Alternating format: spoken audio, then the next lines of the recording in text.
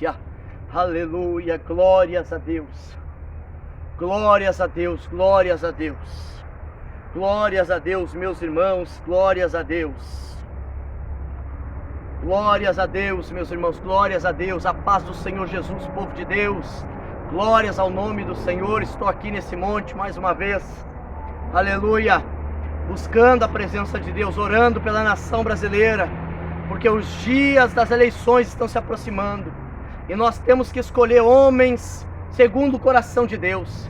E nós precisamos, na hora da eleição, botar homens ali, que são a favores da família, são contra o aborto, contra a legalização das drogas, contra a ideologia de gênero e tudo aquilo mais que as trevas e o comunismo têm tentado implantar nesta nação e neste país, queridos irmãos. Aleluia. Eu não quero confundir política com religião, mas nós não podemos botarmos homens à nossa frente, colocarmos pessoas sobre nós para nos governar, que são inimigos da cruz de Cristo. Isso é uma blasfêmia contra Deus e é contrário às Sagradas Escrituras. Mas o Espírito de Deus me trouxe aqui uma passagem sobre a oração, irmãos, sobre o dever de orar sempre e nunca esmorecer, como eu já tenho falado muitas vezes, que a igreja brasileira hoje ela já não ora mais como orava antigamente. A igreja hoje está com déficit de oração. Homens já não se levantam mais homens de oração. Mulheres já não são mais mulheres de oração. A igreja brasileira já não é mais uma igreja de oração. E Deus me deu uma palavra aqui no livro de Tiago, capítulo 5, no versículo 16, que diz: confessais, pois, os vossos pecados uns aos outros, e orais uns pelos outros, para seres curados. Muito pode por sua eficácia a súplica do justo. Muito pode por sua eficácia a oração dos eleitos, dos escolhidos de Deus. A oração pode muito em seus efeitos, diz a palavra. E a Bíblia vai dizer que Elias era homem semelhante a nós e com os mesmos sentimentos, mas orou incessantemente para que não chovesse. E por 3 anos e 6 meses não choveu. E depois Elias voltou a orar. E por 3 anos ele orando, buscando a presença de Deus, a Bíblia diz que voltou a chover e a terra deu seu fruto. Aleluia. Elias era um homem diferenciado, um dos maiores profetas de Israel. Mas a Bíblia diz que Elias era homem como eu e você, mas era um homem que tinha uma diferença na sua vida. Elias era um homem de oração. E Deus quer nesta última hora, meus irmãos, é levantar homens de oração, homens que oram, homens que fazem a diferença neste mundo, homens chamados para se colocar na brecha por esta nação, para se colocar na brecha por a igreja brasileira, pelas vidas que estão se suicidando aí. Semana passada aqui na minha cidade houve 2 suicídios, uma terceira tentativa de suicídio.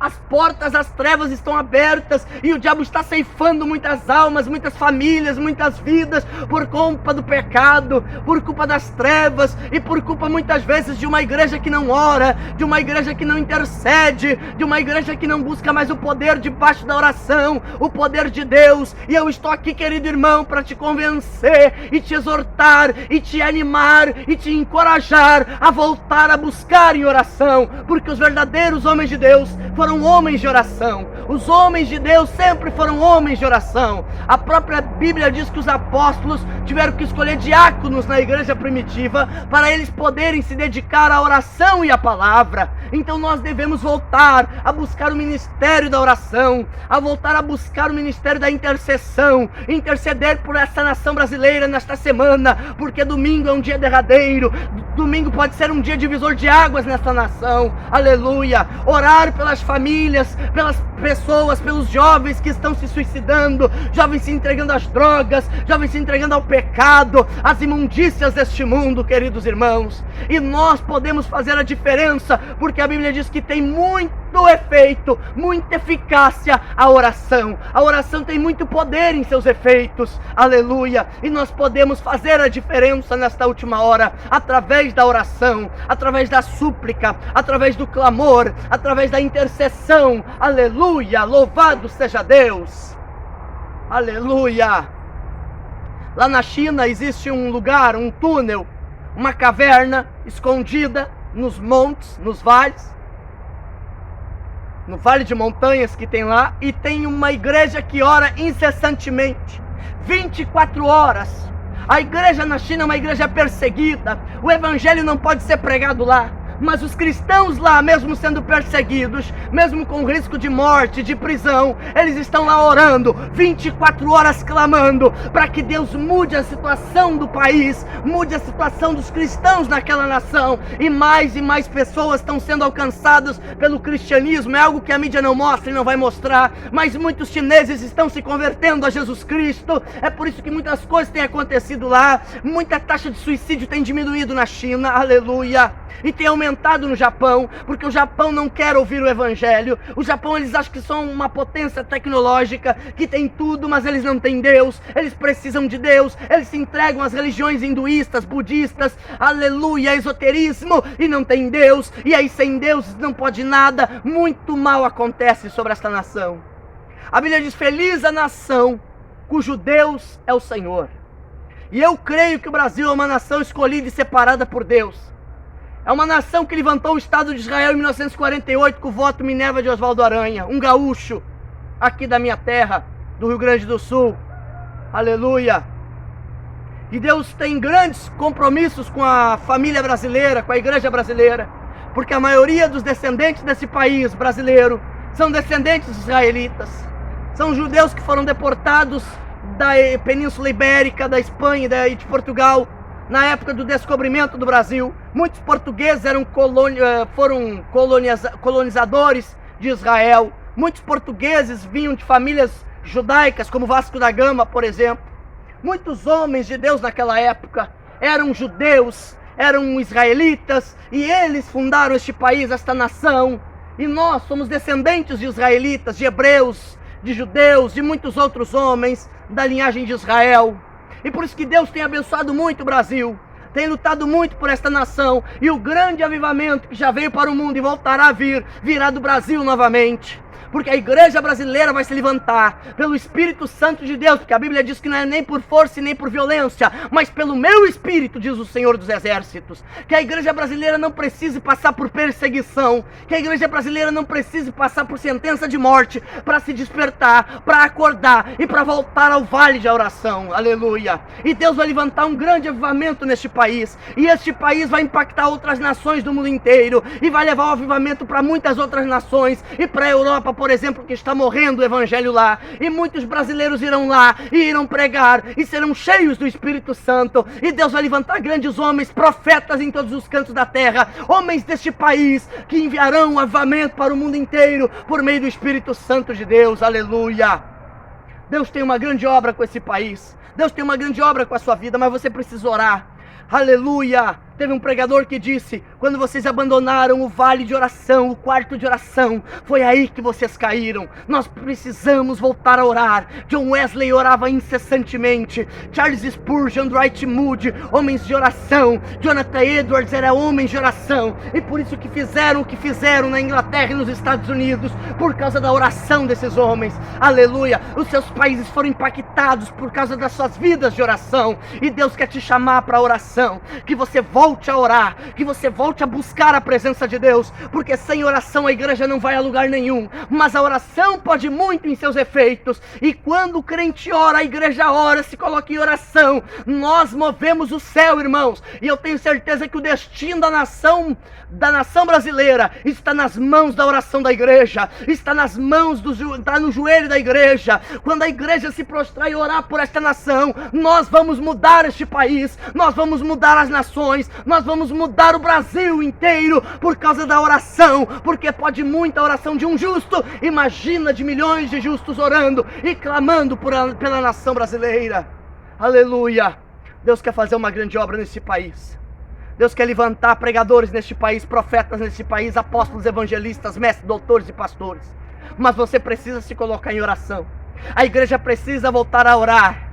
Pastor, você que me ouve, você irmão do círculo de oração que me ouve, você que é obreiro, aleluia, leve esse vídeo até o seu pastor e diga: pastor, nós precisamos fazer como o que esse menino aí está dizendo, nós precisamos voltar a orar. As igrejas têm que ter campanhas de oração diurnas e noturnas todos os dias, aleluia, glórias a Deus, aleluia. Na década de 40 no Rio de Janeiro, irmãos, teve uma congregação, uma igreja congregacional, que levantou-se em oração. Era 24 horas o relógio de oração, e eles oravam debaixo dos púlpitos nas vigílias. E sabe o que acontecia lá? Lá acontecia grandes milagres, estava marcando grandes temporais para aquele dia, e para não atrapalhar a vigília, eles oravam para que não chovesse, e Deus mudava até a previsão do tempo, irmãos. Não chovia. Na década de 40, aquela igreja foi impactada pelo poder da oração. Muitos homens idosos que eu conheço hoje já disseram que viram os milagres acontecerem naquela igreja, viram a vida de oração daquela igreja, como aquela igreja movia